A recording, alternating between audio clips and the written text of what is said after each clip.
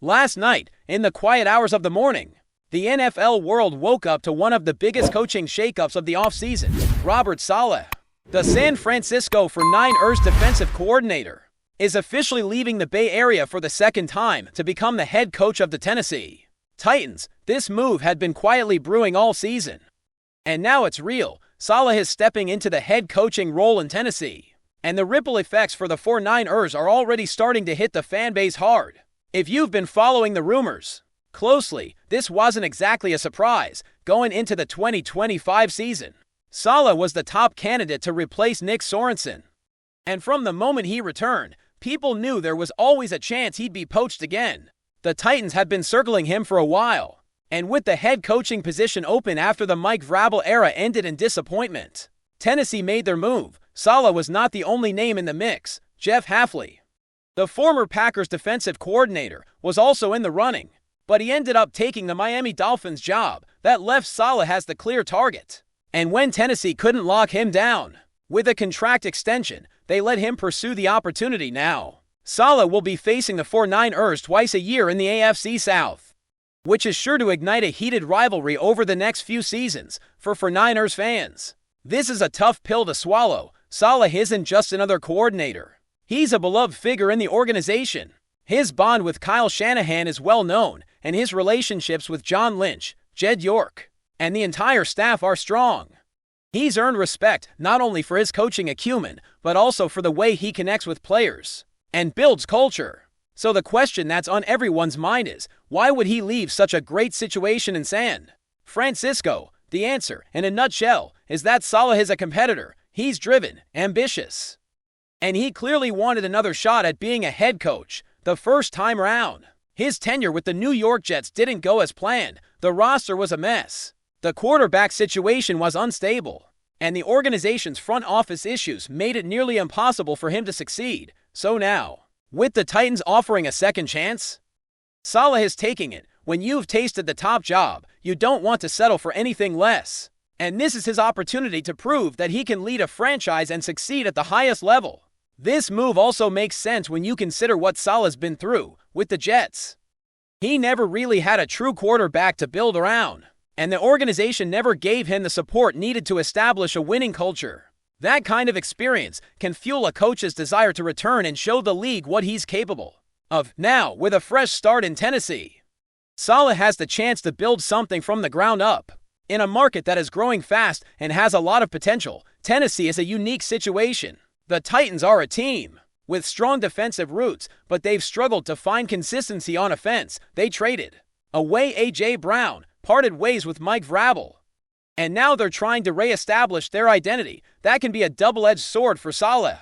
On one hand, the ownership situation in Tennessee has been questionable, and that could become a problem. Salah's time with the Jets was marred by ownership instability, and Titans ownership has not always inspired confidence. But on the other hand, there are clear positives. The Titans have the most cap space in the NFL heading into this offseason, and they have a roster that has solid pieces on both sides of the ball. They also have the number 4 overall pick in the upcoming draft, giving Salah a chance to bring in impact talent. One of the biggest reasons this job could appeal to Salah is the quarterback situation. He dealt with Zach Wilson in New York, and when Aaron Rodgers went down early in the season, he was left to manage a shaky and inconsistent situation in Tennessee. Salah will have a young quarterback in Will Levis. Entering the second year of his rookie contract, Levis showed flashes of potential this past season, and he has the physical tools to develop into a strong starter. Salah will have the opportunity to grow with him, something he never had with the Jets. That alone could be a major factor in why he chose the Titans. From a coaching standpoint, Salah is a culture builder. He's known for his ability to connect with players and create a strong locker room environment. He's also one of the best defensive minds in the league, able to adapt his scheme to modern offenses. His defenses use a mix of zone concepts, pattern matching, and disguise, allowing players to play fast and aggressively without overthinking. This approach has helped players elevate their performance, turning average defenders into solid contributors, and keeping elite players playing at a high level. Even this past season, with all the adversity the 49ers faced, Salah's coaching stood out. The team lost Nick Bosa and Fred Warner to cornerstone players, and still managed to win 12 games and advance in the playoffs. The defense was last in sacks, and they had to rely heavily on rookies. Yet they still performed well in critical areas like points allowed and red zone defense. That kind of performance speaks to the strength of the coaching staff and the scheme. Salah's ability to keep the defense competitive under such difficult circumstances is a major reason why the Titans wanted him. So what does this mean for the 49ers moving forward? The immediate question is who will replace Salah as defensive coordinator. There are several strong candidates, and the team will need to act quickly to maintain the defensive identity that has been built under his leadership. Names like Brian Flores, Jim Schwartz, and Raheem Morris have been floated, each bringing their own strengths and experience. Flores has been a top defensive coordinator with the Vikings and could be an upgrade in some ways. Schwartz is a veteran with a proven track record and a scheme that fits the 49ers personnel. Morris is a coach Shanahan respects and trusts, and he has a strong defensive background. There are also internal options like Gus Bradley, who has familiarity with the system and the players. Bradley's history with the 49ers goes back years, and he knows the defensive scheme well. But there are concerns about whether he represents the best possible hire. Given his recent track record, the 49ers may choose to look externally for a coordinator who can bring a fresh perspective and continue to build on the success that Salah achieved in the end. The 49ers defense is in a good spot even with Salah leaving. The team has talented players returning, including Fred Warner, Nick Bosa, and Mike Williams, and the young defenders showed real growth. This past season, the unit has a strong foundation, and with the right coordinator, it can remain one of the best in the league. But the offense is where the bigger questions lie. The offense has shown signs of slowing down, with aging players and a line that has struggled. That will be a major focus for the team as they move forward into the offseason. Now the question is, who will be the next defensive coordinator? That answer will shape the future of the 49ers, and the team needs to make the right choice to keep the momentum going. I'll be back soon with a deeper look at the top candidates and what each could bring to the table. For now, the breaking news is official. Robert Salah is the new head coach of the Tennessee Titans, and the 49ers are officially entering a new era on defense. Now that Robert Salah is officially heading to Tennessee, the conversation shifts to what this means for the 49ers' defensive identity and how they will respond in the coaching market. Salah's departure leaves a massive gap, not just in terms of scheme and play calling, but also in leadership and culture. He wasn't just calling plays. He was the emotional heartbeat of that defense. So the 49ers are now tasked with finding someone who can keep the unit cohesive, maintain the aggressive mentality, and continue to develop young talent. The good news is that the team has a strong foundation and a coaching staff that is respected across the league. But the decision they make now could define the next few years of San Francisco football. One of the biggest challenges for the 49ers will be preserving the continuity that has made them so successful.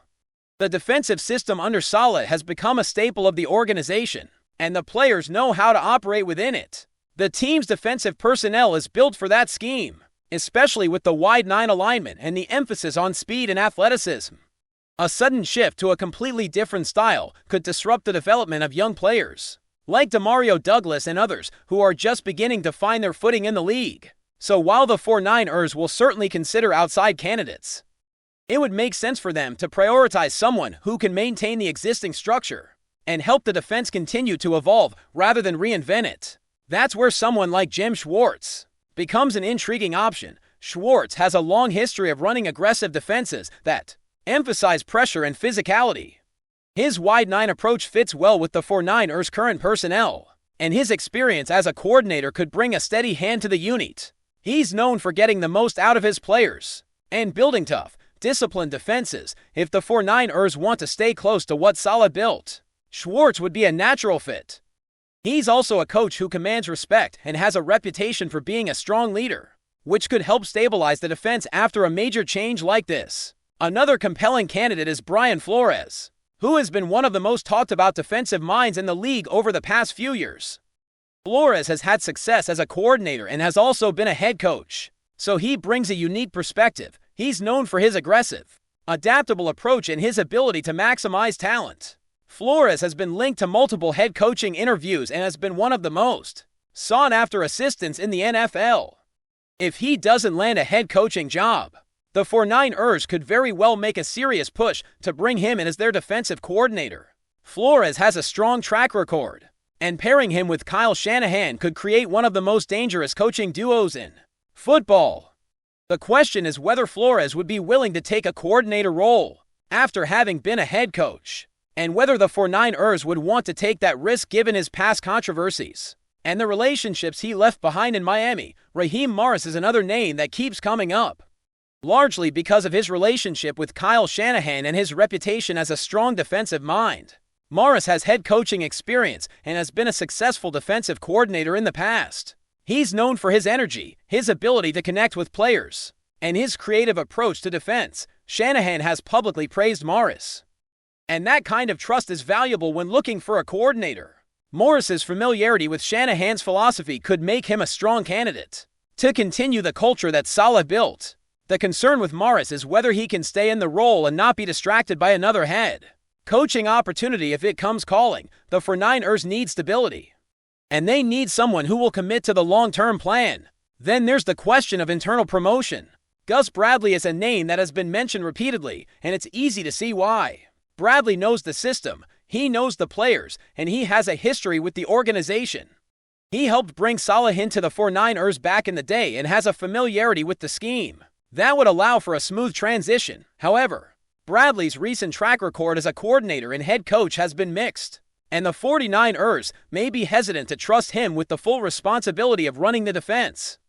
It would be the easiest path in terms of continuity, but it might not be the best long-term solution if the team is trying to keep pushing toward a Super Bowl.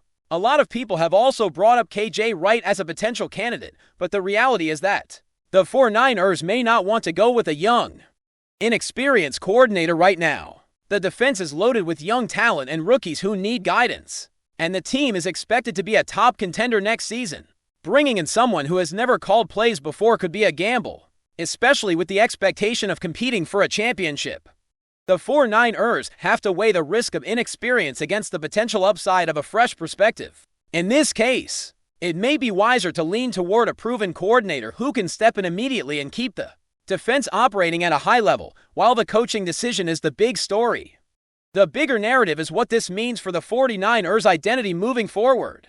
The defense has been a cornerstone of the team's success, and Salah's leadership played a major role in shaping that identity. The players have been loyal to him, and they've bought into his philosophy. Now, the 49ers have to ensure that the culture remains intact. They have to make sure that the players still feel connected to the coaching staff, and that the defensive mindset stays aggressive, disciplined, and adaptable. But before we dive in, don't forget to subscribe to 49ers Zone and hit the like button on this video. Your support helps us keep bringing you the latest updates on the San Francisco 49ers. And don't forget to share your thoughts on the news in the comments below. Whispers are echoing through league corridors and front offices, and they all point to a stunning possibility: Aaron Donald in red and gold. According to growing speculation around the league, the San Francisco 49ers may have pulled off one of the boldest moves in recent memory by securing the signature of the most feared defensive force of his generation. Nothing has been formally detailed, but the mere idea has already sent shockwaves across the NFC West. Those close to the situation suggest the fit would be as dramatic as it is logical. San Francisco's defense is already regarded as one of the most physical units in football, built on pressure, speed, and intimidation. Adding Donald to that mix would not just reinforce the line, it would redefine it. The rumor gained even more traction after the veteran reportedly made it clear that his motivation would be simple and ruthless: hunting down NFC West quarterbacks. If this scenario becomes reality, the psychological impact alone could be massive.